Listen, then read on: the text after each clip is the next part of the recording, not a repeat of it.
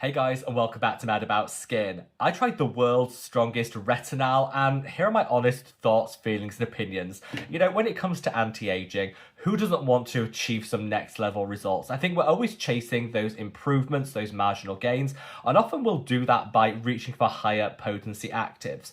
I always think though this is a balancing game. Reaching for higher strength options can absolutely deliver greater outcomes, but it can do so at the expense of a whole lot more side effects and irritation. We really need to listen to our skin to find the right strength for us, maintaining the amazing results, but also minimizing the inflammation that we might see. However, I love to try new products, and when this little gem launched, the Medik8 Crystal Retinal 24, it definitely piqued my interest. Now, this launched about a year ago, and I was reluctant to try it just because of the sheer strength of the concentration that they used, but my fear of missing out got the better of me, and I've been using this for the past 3 months, and I wanted to document my thoughts and opinions. This is roughly 20% stronger than the next highest potency option over the counter. 20%. That's a lot, and this definitely packs a punch. So is it actually worth it? I'm going to talk about the pros, the cons. We're going to talk about some of the rumors online that this is so strong that they might be looking to ban it in certain countries. We'll come on to that in the video, and ultimately I'll share with you whether I think it's worth the splurge. Sit back, relax, let's talk the world's strongest retinol.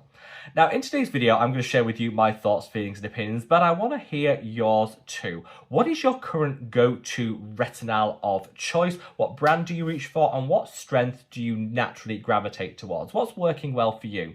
Here at Mad About Skin, we're one big community, and I really do value your own thoughts and opinions, so shout about them down in the comment section below. Also, I would love it if you have the time and if you happen to be enjoying this style of content, if you could reach down and give the video a big thumbs up and a like. I like to try these products out for you guys so I can share with you what the pros and cons are, allowing you to make the right decision when it comes to your own skin's needs. So if you appreciate this style of content, the very best way of supporting me is by liking any video you happen to enjoy. Now, without further ado, let's cut that waffle and delve straight on in. So the Medik8 Crystal Retinal range is nothing new. They actually now have 12 different strengths ranging from the 1 through to the 24, and the numbers are actually indicative of the amount of retinol in each of their products. They're designed in a way so you start with the lowest dose and you kind of build your way up as your skin increases its tolerance to retinol. This is definitely the way to do it, and I've been really impressed with the range of strengths that Medik8 offer. Definitely the biggest range that you're going to see on skincare planet Earth, and that's a plus.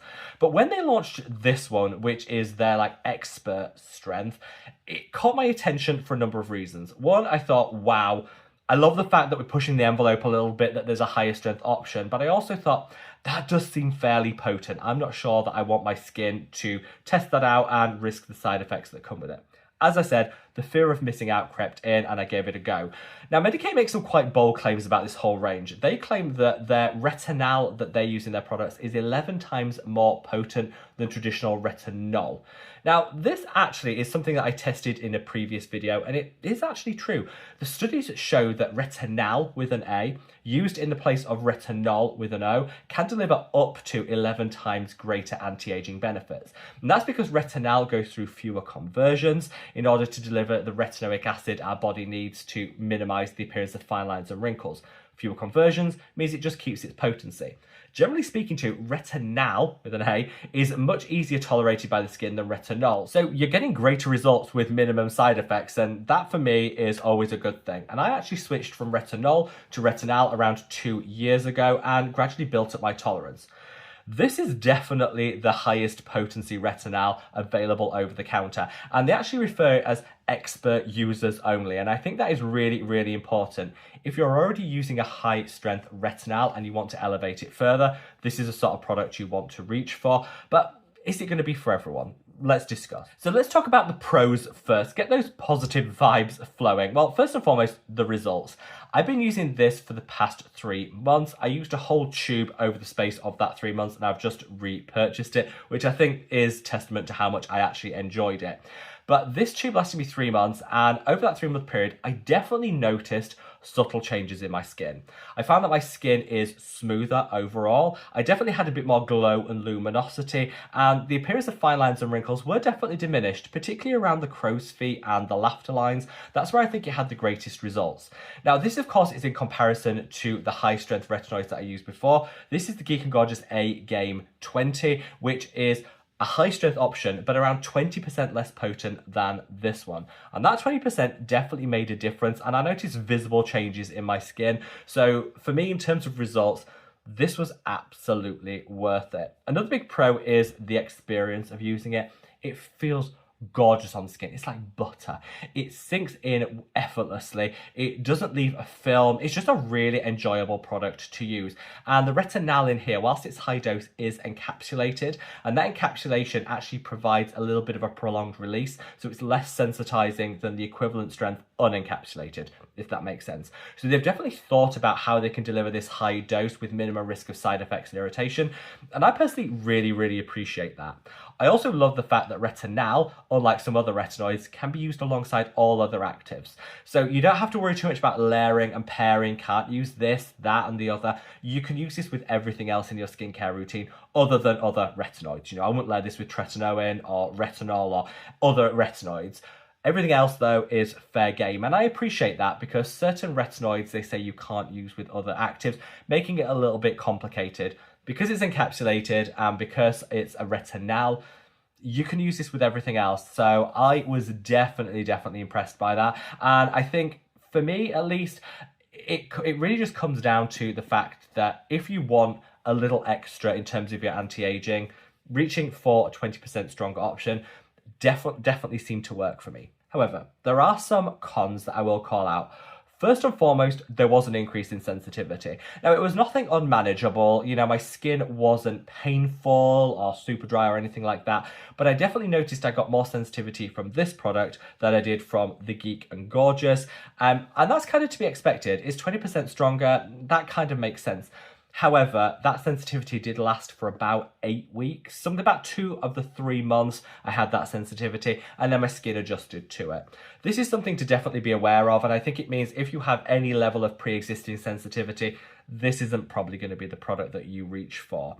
Also, the price point. It's quite prohibitive. You know, I appreciate Medik8 charge a lower cost for their lower strengths, and then the price builds as the strength builds. That makes sense because the key ingredient is driving a lot of that cost, and you're using more of it in this product than you are in some of their lower strengths. So I don't mind the pricing structure. It just isn't going to be for everyone. And I would say I'm happy to spend on this because I really enjoyed it and I got those additional results.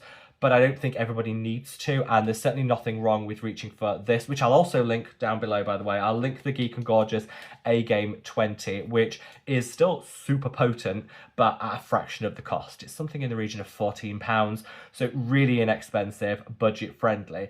If you use these in the long term, you're going to get similar outcomes. Yes, the outcomes will be slightly more elevated with the Medik8 one, but the price point is too. And I would rather people were consistent with a product that's within their budget than being on again, off again with a product that they're stretching to be able to afford. So yeah, there is definitely an affordability consideration that you should throw in there. I also found with this one, I couldn't use it under the eye and I couldn't use it on my neck. These are my 2 most sensitive areas. It was just a no-go. And again, that's okay. I think we should use products that work for us in these different areas.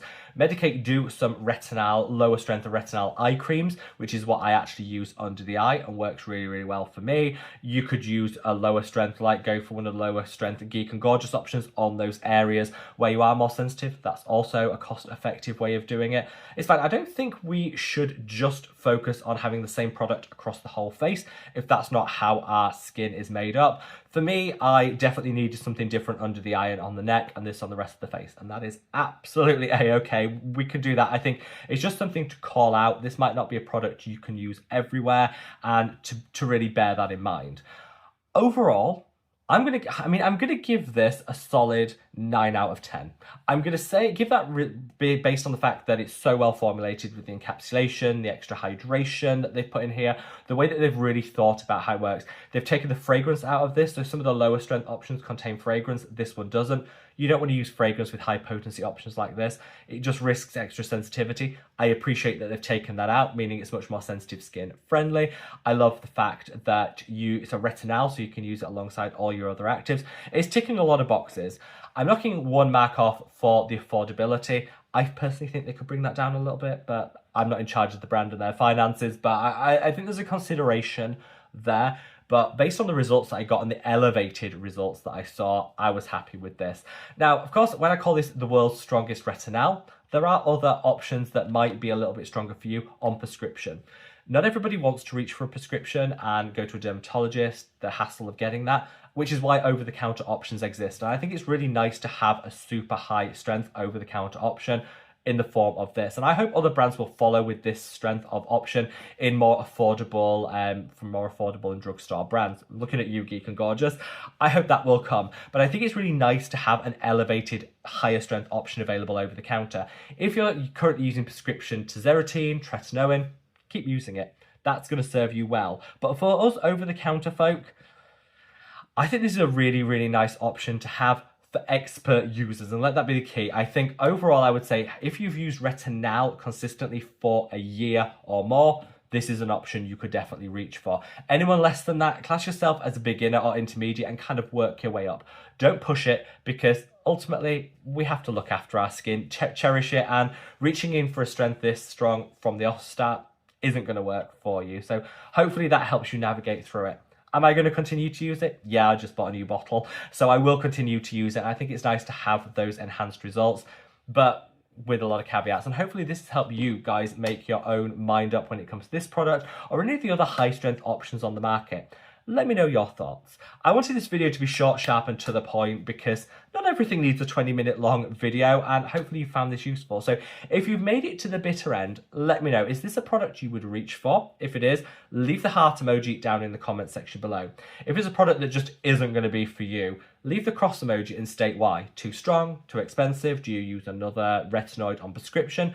What's your reason for not going for it? And then we can see where the thoughts in the Mad About Skin community really lie. Wherever you are in the world, guys, stay safe, stay well, and love your skin. Take care. Bye.